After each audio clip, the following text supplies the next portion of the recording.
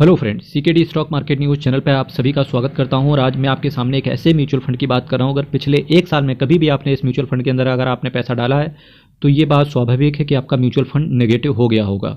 Risk चूंकि mutual fund में very high रहता है और यही वो वक्त चल रहा है जबकि रिस्क को वो भी म्यूचुअल फंड के अंदर समझना बहुत ज़्यादा जरूरी है।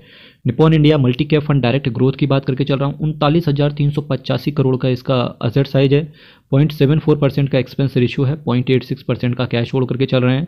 वहीं अगर बेंचमार्क की बात करके चल रहे हैं तो निफ्टी 500 मल्टी कैप 50-25-25 टीआरआई को ये बेंचमार्क की तरह बनाए हुए हैं। फाइनेंस सेक्टर को सबसे ज़्यादा इन्होंने टारगेट किया 26%। वो इस वजह से कि इंटरेस्ट रेट अगर कट होंगे तो सबसे ज़्यादा फायदा फाइनेंस सेक्टर को होगा, जबकि ऐसा हो नहीं रहा है। पिछला एक साल हो गया इंटरेस्ट रेट कट के रिगार्डिंग कोई अभी सूचना है नहीं। इंडिया भी रेट कट कर नहीं रहा है और इंडिया अभी आने वाले 6-7 महीने में ऐसा कुछ प्लान भी नहीं है कि रेट कट करेगा। ठीक है, इसके बाद services, capital goods, energy, health care. Energy की बात करें तो जैसे अमेरिका की जो भी प्रेजेंट गवर्नमेंट है तो उसने बोला है कि हम एनर्जी का इंपोर्ट बहुत कम करेंगे। साथ ही साथ उन्होंने भी, अब जैसे हमारे यहाँ मेक इन इंडिया चलता है, उन्होंने भी कहा कि मेक इन अमेरिका करो, आप अमेरिका में के अंदर आप प्रोडक्ट बनाओ और हम आपको टैक्स में इंसेंटिव देंगे। तो जिसकी वजह से जो एनर्जी सेक्टर है कहीं ना कहीं थोड़ा सा श्रिंक होते हुए नजर आएगा। अमेरिका का स्ट्रांग होना मतलब इंडिया के लिए कमजोरी है। पर हाँ, चूँकि अगले महीने हमारे यहाँ पीएम और उनके यहाँ जो प्रेसिडेंट है उनकी मीटिंग हो सकती है नेक्स्ट मंथ।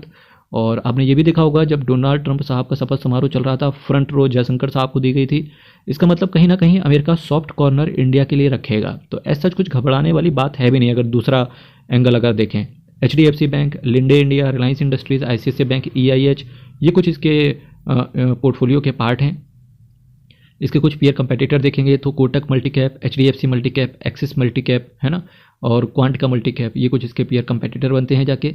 वहीं रिटर्न देखिए 3 महीने में 8% खिसक गया और 6 महीने में 7% खिसक गया। वही सब कहाँ पॉजिटिव थे, उसके साथ खिसक खिसक के ये नीचे आ गए।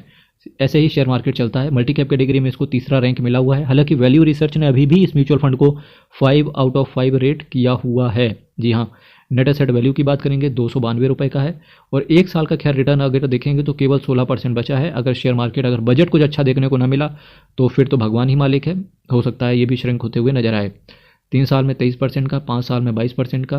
देखिए शेयर मार्केट अपने आप को एवरेज कर ही लेता है। अब देखिए 16% का रिटर्न आ गया है मैक्सिमम। ये देखना 12 से 13% के आसपास का जाएगा, वहाँ तक शेयर मार्केट खिसकेगा। बाकी देखते हैं, होप्स हो कि फिंगर्स क्रॉस्ड कि बजट अच्छा है, मिडिल क्लास को लेकर के बजट आए ताकि ज़्यादा से ज़्यादा मिडिल क्लास के हाथ में पैसे बचे और कंजम्पशन बढ़े कंट्री के अंदर। क्योंकि अब वी आर आर ओन, हम अपने खुद के ऊपर हैं। हमें दूसरी कंट्री के ऊपर बिलीव नहीं करना चाहिए कि वो जब कुछ करेंगे तभी हम आगे बढ़ेंगे। ऐसा नहीं, हमारे अंदर इतनी कैपेबिलिटी है, इंडिया के पास रिसोर्सेस हैं कि हम बहुत आगे जा सकते हैं। और फिलहाल तो ऐसे ही चल रहा है। अल्टीमेटली अगर आप शेयर मार्केट पे एक बार नज़र डालें तो आपको लगेगा कि इकोनॉमी श्रिंक हो रही है। वही जब घर से बाहर निकलेंगे तो चाहे मेट्रो स्टेशन चले जाइए, एयरपोर्ट आप चले जाइए, मल्टीप्लेक्सेस में आप चले जाइए, शॉपिंग कॉम्प्लेक्सेस में आप चले जाइए, हर जगह बहुत भीड़ है। तो इसका मतलब है इंडिया का कंजम्पशन तो नहीं रुक रहा है, यानी कि जो ये गिरावट है ये टेम्पोररी है। बाकी चैनल को आप सब्सक्राइब कीजिएगा, अपनी राय कमेंट बॉक्स में रख सकते हैं। बहुत बहुत धन्यवाद।